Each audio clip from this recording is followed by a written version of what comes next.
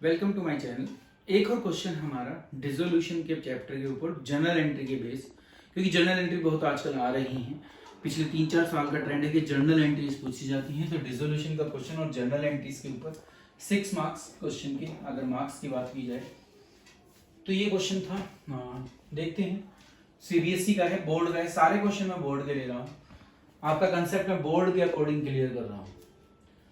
तो give necessary journal entry for the in the books of Aman and Rajat, जो अब ये डिसाइड कर चुके हैं कि उन्हें अपने बिजनेस को डिसॉल्व करना है।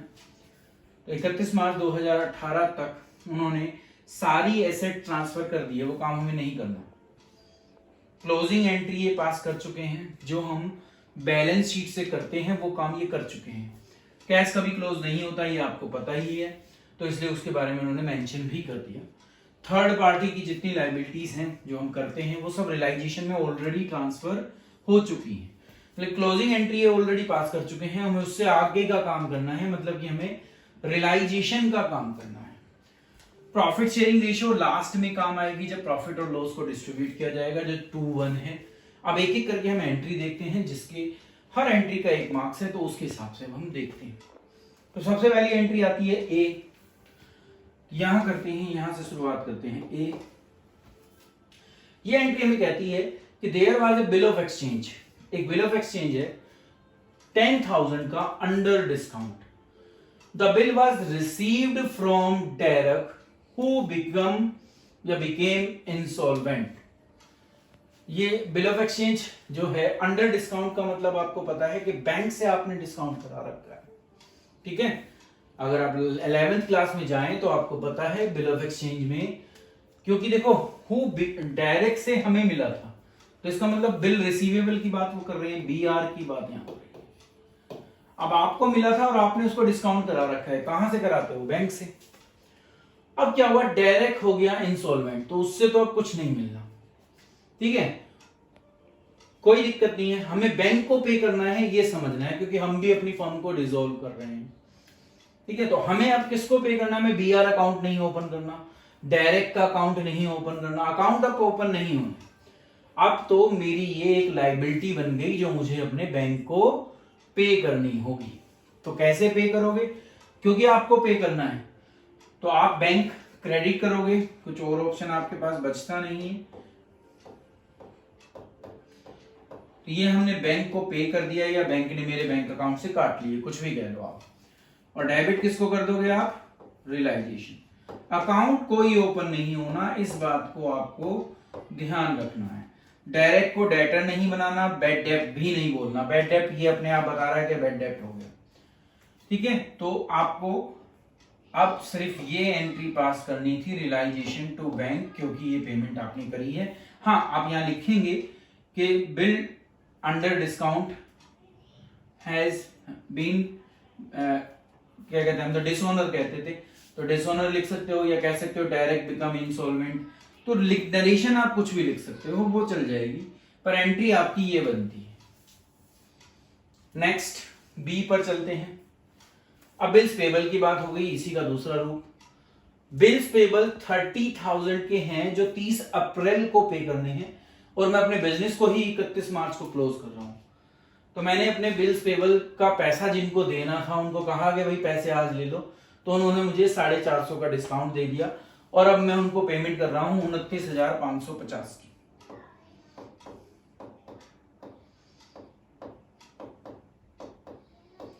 तो एंट्री फिर यही होगी, क्योंकि पेमेंट अभी भी आप कर रहे हो, और बिल्स पेबल का अकाउंट ऑलरेडी क्लोज हो चुका है थर्ड पार्टी का ट्रांसफर करने पे, जो इन्होंने बता दिया है वहां पर, ठीक है। तो आप क्या करोगे? एंट्री वही करोगे जो आपने ऊपर डायरेक्ट के केस में की थी, या एक ऐसी लायबिलिटी के केस में की थी जो बैड डेब्ट हो रही थी।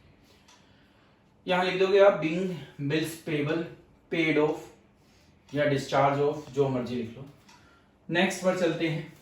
नेक्स्ट एंट्री हमें कहती है कि creditor of 30,000 took over stock of ₹10,000 at a 10% discount. ये आपको यहां समझना है कि ये क्या कह रहे हैं।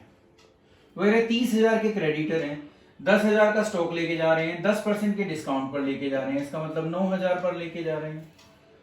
The balance was paid to them in cash. तो देखिए 30,000 में से 9,000 का तो स्टॉक ले गए वो, ठीक है।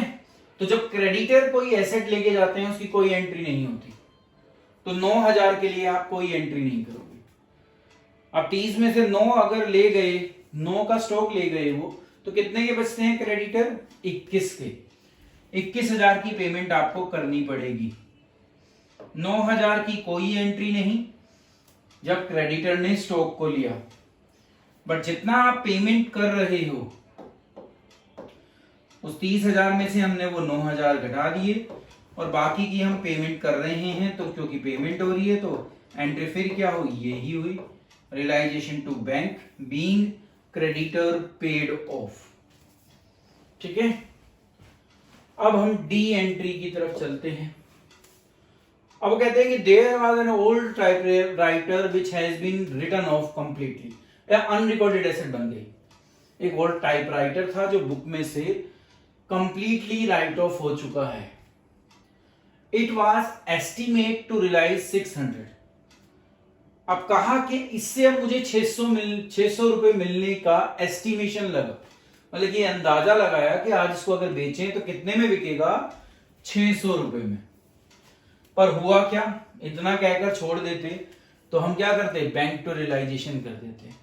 पर अब उन्होंने हमें कहा है कि रजत ने इसको टुक ओवर कर लिया 25% लेस प्राइस पर। तो 600 का 25% 1/4 150 रुपए होता है। कितना? 150। वो माइनस कर दो तो आपका अब ये जो अनरिकॉर्डेड एसेट है ये कितने की बचती है? 450 रुपए की। तो एंट्री तो 450 की होनी है।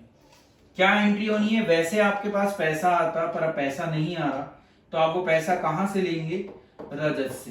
तो आप रजत के कैपिटल अकाउंट को डेबिट कर देंगे और रियलाइजेशन अकाउंट क्रेडिट कर देंगे। नरेशन वही कि being unrecorded typewriter taken over by Rajat at 25% discount.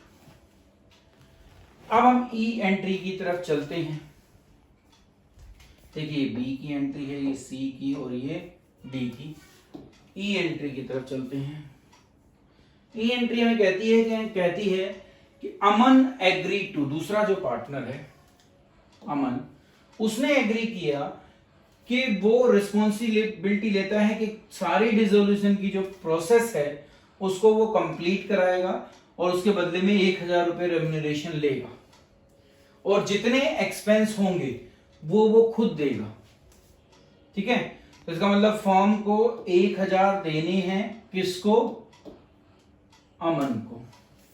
तो क्योंकि अमन को देने हैं तो हम अमन के कैपिटल अकाउंट को क्या कर देंगे? Credit. Being remuneration for dissolution process, तो डेबिट क्या होगा? रियलाइजेशन।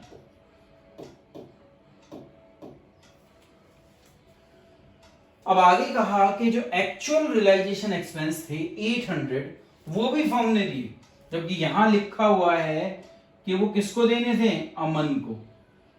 और अब वो पे किसने किए? फर्म ने। तो फर्म ये पैसा मांगेगा क्योंकि फर्म तो ऑलरेडी दे चुका है 1,000 इसके बदले में। तो अब फर्म क्यों पे कर रहे हैं? पर क्योंकि लिखा है कि फर्म ने पे किया है तो बैंक तो क्रेडिट होना ही होना है। तो अब डेबिट क्या होगा? फिर डेबिट होगा जिससे वो पैसा लेंगे, क्योंकि वो अब फर्म का खर्चा नहीं है, वो अमन को देना था। तो अब वो अमन से ले लेंगे हम, अमन के कैपिटल अकाउंट को डेबिट कराकर। ये एंट्री हो गई। आप इन दो एंट्री को मर्ज कर एक एंट्री बना सकते हैं। उसमें आपको क्या करना पड़ेगा? रियलाइजेशन अकाउंट 1,000 से डेबिट करना पड़ेगा, अमन कैपिटल में 200 लिखने पड़ेंगे, बैंक में 800 लिखने पड़ेंगे। तो ये दो एंट्री मर्ज भी हो सकती हैं, पर मर्ज होके कंसेप्ट समझ में नहीं आएगा, इसलिए इनको आप अलग अलग ही करो। ये ड्यू था जो उसको देना था, ये फर्म ने दे दिया, लेंगे किससे? जिसको देना है। और लास्ट है एंट्री लॉस ऑन रियलाइजेशन। तो लॉस भी आपको पता है। अब क्योंकि ये लॉस है तो आप ये पक्का हो गया कि पार्टनर के कैपिटल अकाउंट में डेबिट होगा। तो आप उनके कैपिटल अकाउंट डेबिट कर दीजिए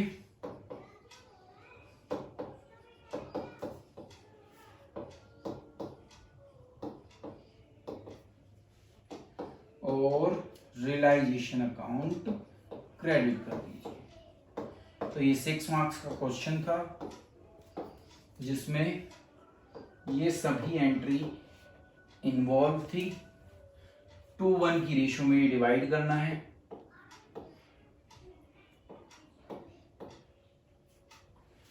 तो इस तरीके से लॉस ऑन रियलाइजेशन की एंट्री भी हमारी पूरी होती है और ये 6 मार्क्स का क्वेश्चन भी हमारा क्या होता है, कंप्लीट होता है।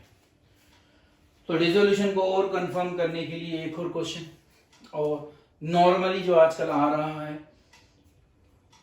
जर्नल एंट्रीज, तो वो ये क्वेश्चन था जिसके बेस पर आप ये समझ पाए कि डिसोल्यूशन के क्वेश्चन को हम किस तरीके से अटेम्प्ट करें, क्या कंसेप्ट को समझे। तो मुझे लगता है कि आपका अब क्लियर होने की लास्ट स्टेज में पहुंच गया है और हमारी पार्टनरशिप भी अब लास्ट स्टेज में है।